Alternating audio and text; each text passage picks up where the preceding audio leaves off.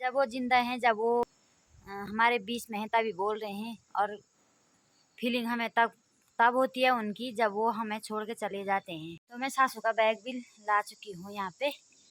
आप अपने जीवन में हमेशा और आपकी हर मनोकामना पूर्ण हो। तो अभी हमारा कारोबार देखिए, पिछले साल बरसात में मैंने सहतूत के पेड़ लगा रखे थे।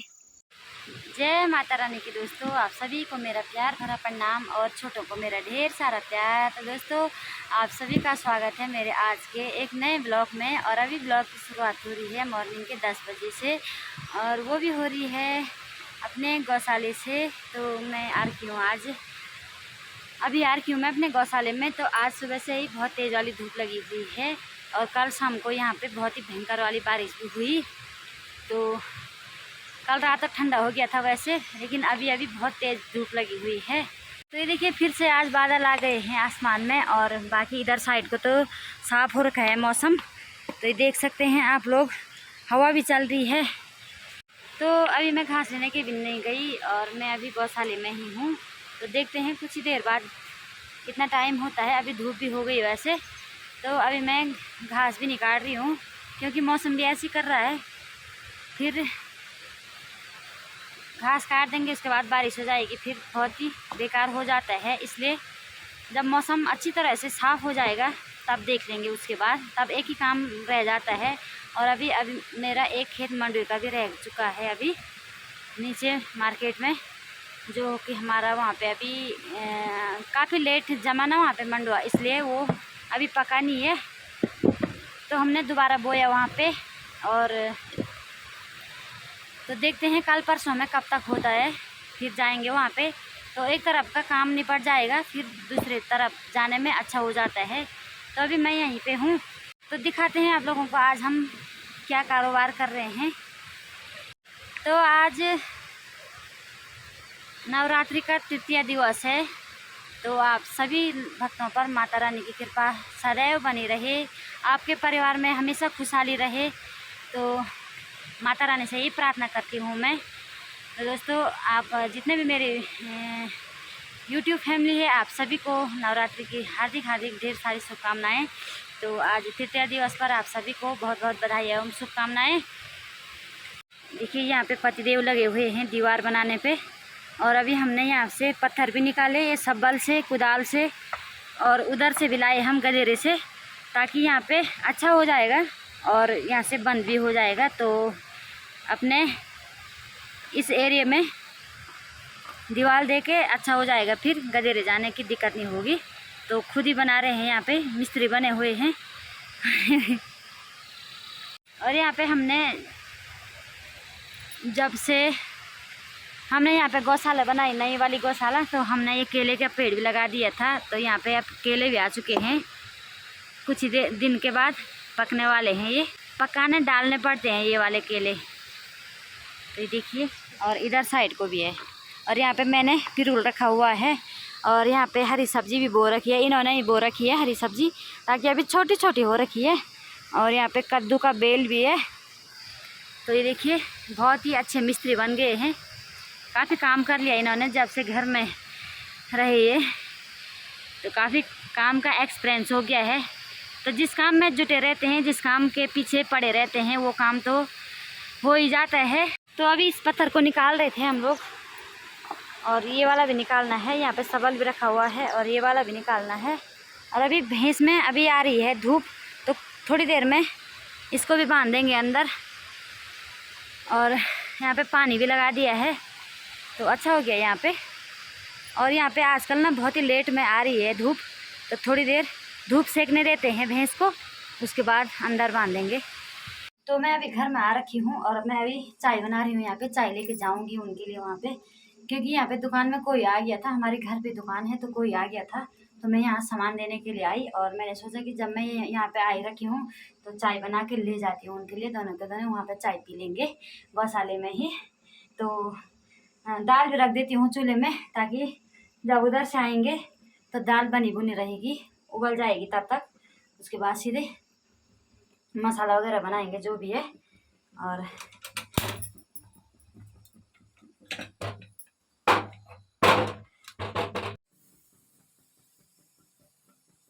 तो दोस्तों अभी भी हम इन पत्थरों के पीछे लगे हुए हैं और अभी मैंने यहाँ पे चाय ला रखी थी, तो चाय भी पी लिया, दो रोटी भी ला रखी थी और रोटी भी खा ली है। तो अब फिर से लग गए हैं इन पत्थरों के धंधे पे। तो अभी निकल ही नहीं पा रहे हैं, बड़ी मुश्किल से। देखिए बहुत ही बड़ी मुश्किल हो गई है और जितने निकल रहे हैं सारे पत्थर हमने यहाँ पे लगा दिए हैं, ताकि ये जो ये गडेरा है ना, इसकी सेफ्टी के लिए भी ये दीवार अच्छी हो गई है अब।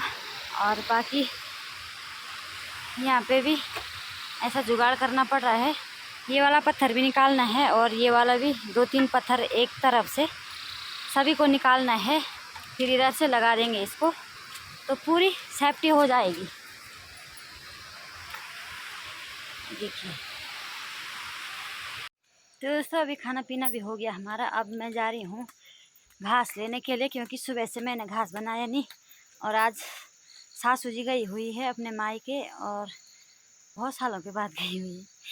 बहुत साल मतलब 1-1.5 साल हो गया है, तो बुजुर्ग लोग कहाँ जा पाएंगे। तो यहाँ पे मुझे बोल रखा था भट्ट निकालने के लिए, लेकिन मुझे टाइम ही नहीं मिला। सुबह से गौशाले में पत्थर के पीछे पड़े हुए थे और अभी घास नहीं हो रखा है। पहले उनको बाहर निकालती हूँ, उसके बाद घास लेने जाती हूँ, उसके बाद देखेंगे शाम के टाइम पे। और ये वाले भट्ट ना अच्छी तरह से भी पक चुके हैं, और पिछले साल बरसात में मैंने ये वाले लगा रखे थे, ये सहतूत के पौधे, तो कितने बड़े पेड़ हो गए इसके। इस बार ना मिर्च का सीज़न भी नहीं है, बिल्कुल भी मिर्च नहीं हो रखी है इस बार, ये देखिए। और ना तो अदरक हो रखी है, बस खाली ऐसे हो रखा है हल्का फुल्का बस। तो अभी आ गई मैं घास लेने के लिए और यहाँ पे काट रही हूँ मैं घास। मोटा मोटा घास लेके जाऊँगी मैं आज, क्योंकि छोटा छोटा घास मैंने रखा हुआ है अभी, जो मैं ऊपर के गाँव, तो जो हमारे खेतों में छोटा छोटा घास हो रखा है, जो मैंने चौमास के टाइम पे काट रखा था, तो वो आजकल छोटा छोटा हो रखा है। तो जब हमारी भैंस भी आ जाएगी ना, तो अच्छा सा घास चाहिए उसके लिए, छोटा छोटा, इतना छोटा छोटा, तो सोल्टी में भर के उसको तब लाऊँगी मैं। और आजकल मोटा मोटा घास देना पड़ता है भैंसों के लिए। तो अभी आ रखी हूँ मैं, यहाँ पे काटूँगी घास थोड़ा सा जितना भी होगा। तो देखिए यहीं पे काटूँगी अभी। और मौसम भी ऐसी हो रहा है, सुबह से भी बादल आ रखे थे और अभी भी बादल आ रखे हैं। मौसम का तो कोई पता ही नहीं है, इधर को छाया हो रखी है और इधर साइड को धूप हो रखी है। तो जो ये पूरा दिख रहा है, ये हमारा घास का पॉट है पूरा।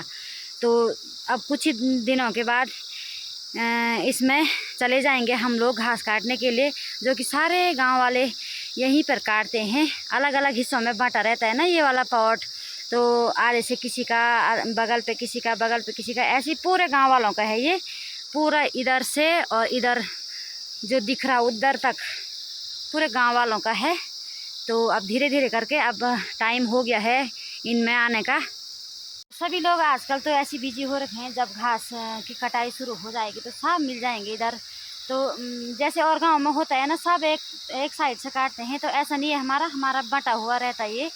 जैसे आधा किसी का, आधा किसी का, आधा किसी का, इस तरह से बटा रहता है सारे गांव वालों का।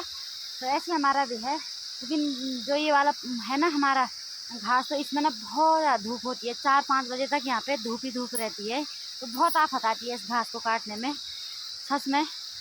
जिसका कम है उसका तो सही है, जिसके पास आदमी है उसका भी सही है, लेकिन हम लोगों का तो ऐसा हो जाता है कि भैंस के लिए छोटा वाला घास भी चाहिए, क्योंकि उधर काफ़ी मोटा घास रहता है ना, उसको केवल सुखाना पड़ता है और घर लायक नहीं होता है वो देने के लिए।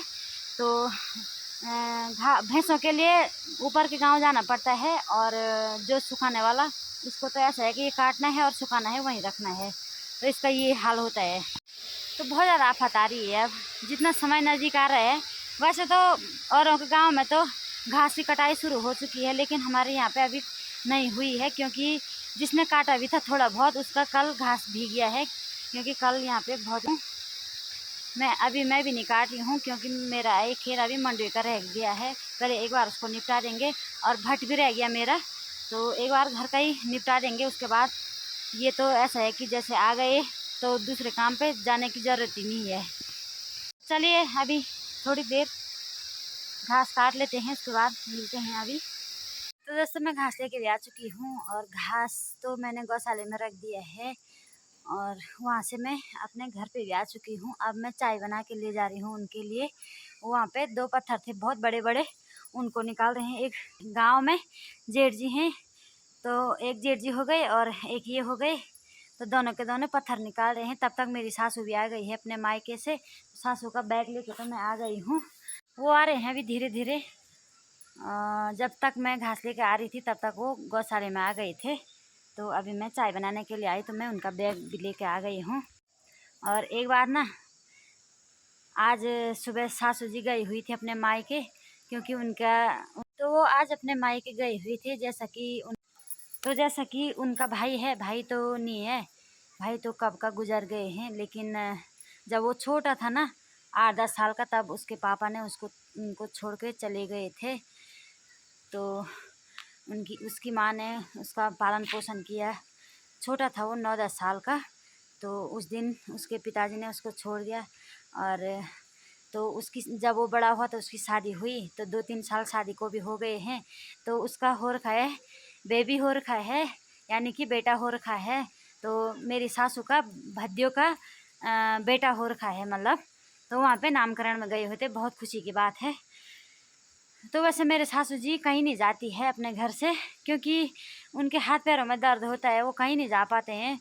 लेकिन आज हमने बोला कि बहुत बड़ी खुशी की बात है, अपने भाई की तरफ से चले जाओ करके। तो वो गए थे आज वहाँ पे। लेकिन इतना सुनसान लगा आज घर में, ऐसा लगा कि घर में कोई भी नहीं है भाई। असल में सच में मैं दिखावा नहीं कर रही हूँ, और मैं ऐसा नहीं कर रही हूँ कि ब्लॉग में आप लोगों को दिखाने के लिए ये सब कह रही हूँ। लेकिन आज सुबह सासू जी सुबह से घर में नहीं थी। भले हम दोनों घर पे थे, बच्चे भी स्कूल गए थे, लेकिन इतना सुनसान लगा ना। तो भगवान ना करे कि हमारी सासू को कुछ हो जाए। अभी जब तक हमारे बड़े हो जाते हैं तब तक हमारी सासू को कुछ भी ना हो, ताकि उनका आशीर्वाद हम सभी पर बना रहे और उनका सहयोग हमारे बीच में हमेशा रहे, और वो हमारे बीच में रोज़ रहे। भगवान से मैं यही प्रार्थना करती हूँ, माता रानी से यही प्रार्थना करती हूँ कि उनको अभी कुछ भी ना हो। आज हम ढंग से घर में भी नहीं आए भाई, उधर ही थे गौशाले में, सुबह से भी वहीं थे। देखा होगा आप लोगों ने, पत्थर वत्थर निकाले हमने, वहाँ पे दीवार वगैरह लगाई, जो भी होता है घर का काम। तो सिर्फ खाना बनाने के लिए खाना वगैरह खाया और 2 बजे से निकल गए थे अभी घर से। अभी सासू जी आ गई है। तो अब अच्छा लग रहा है अब। तो मैं भगवान से यही प्रार्थना करती हूँ कि हमारी सासू को कभी हमसे अलग मत होने देना। तो सच कह रही हूँ मैं, हमारी सासू को हमसे कभी भी अलग मत होने देना। मैं माता रानी से यही प्रार्थना करती हूँ। जब भले सब कुछ हम ही करते हैं, ऐसा कुछ नहीं है, सासू जी कुछ नहीं करती है, घर में बैठी रहती है, सब कुछ हम ही करते हैं। मतलब हर चीज़ से लेकर खाना पीना रहना, जो भी घर का होता है किसी को देना, और खेतों का बाहर का अंदर का जो भी होता है सब हम ही करते हैं। लेकिन उनका इतना बड़ा साया है कि वो घर में भी बैठे रहेंगे तो हमें उससे बड़ी खुशी की बात और कुछ भी नहीं है। तो कभी कभी वो ना हल्ला भी कर देते हैं, क्या करें, सब कुछ सहना पड़ता है भाई। ऐसा थोड़ी है कि वो हमें कुछ बोल रहे हैं और हम फिर उनके साथ मुँह चलाएंगे। तो इससे क्या होता है कि परिवार बिगड़ जाता है। जब उनका अधिकार है बोलना तो कोई बात नहीं, बोलने देंगे उनको, क्योंकि वो अपनी तरह से हमें बुरा भी नहीं कहेंगे, बुरा भी नहीं बोलेंगे। लेकिन बुजुर्ग लोग ऐसा करते ही हैं, बड़बड़ ऐसे करते रहते हैं। लेकिन चुप रहना पड़ता है, चुप से बड़ी चीज़ और कोई नहीं है। तो क्योंकि उन्होंने अपने ज़माने में ना बहुत सारा काम किया हुआ है, बहुत सारा काम। तो वो अब हम उतना नहीं कर पाते हैं। तो वो अपने हिसाब से, हमें ऐसा लगता है कि वो अपने हिसाब से ना हमको ऐसा देखते हैं कि ये कुछ नहीं कर रहे हैं। तो सब कुछ सहना पड़ता है, चुप रह के कुछ नहीं होता है। और अपने साइड लग गए और बाकी झगड़ा समाप्त हो गया। तो हमारा भगवान की कृपा से अभी तक कभी झगड़ा भी नहीं हुआ है। इतने साल हो गए मेरी शादी को, कभी हमें कोई ऐसा बोला चाली कुछ भी नहीं हुआ है। भले वो बोलते हैं मुझे, वो बोल ही लेते हैं, कभी कहीं से लेट हो गई मुझे, कहीं से कुछ हो गया और उनकी मन की नहीं हुई तो वो कर ही लेते हैं। लेकिन मुझे इस चीज़ से कोई वो नहीं रहता है।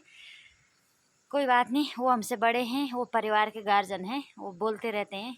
लेकिन चुप रहना हमारे लिए बहुत ही ज़रूरी है, ताकि हमारे परिवार पे इन चीज़ों का प्रभाव ना पड़े, जिससे कि हमारा परिवार बिखर जाए और हमारे परिवार पर ऐसी कोई नेगेटिव सोच आए, नेगेटिव विचार आए।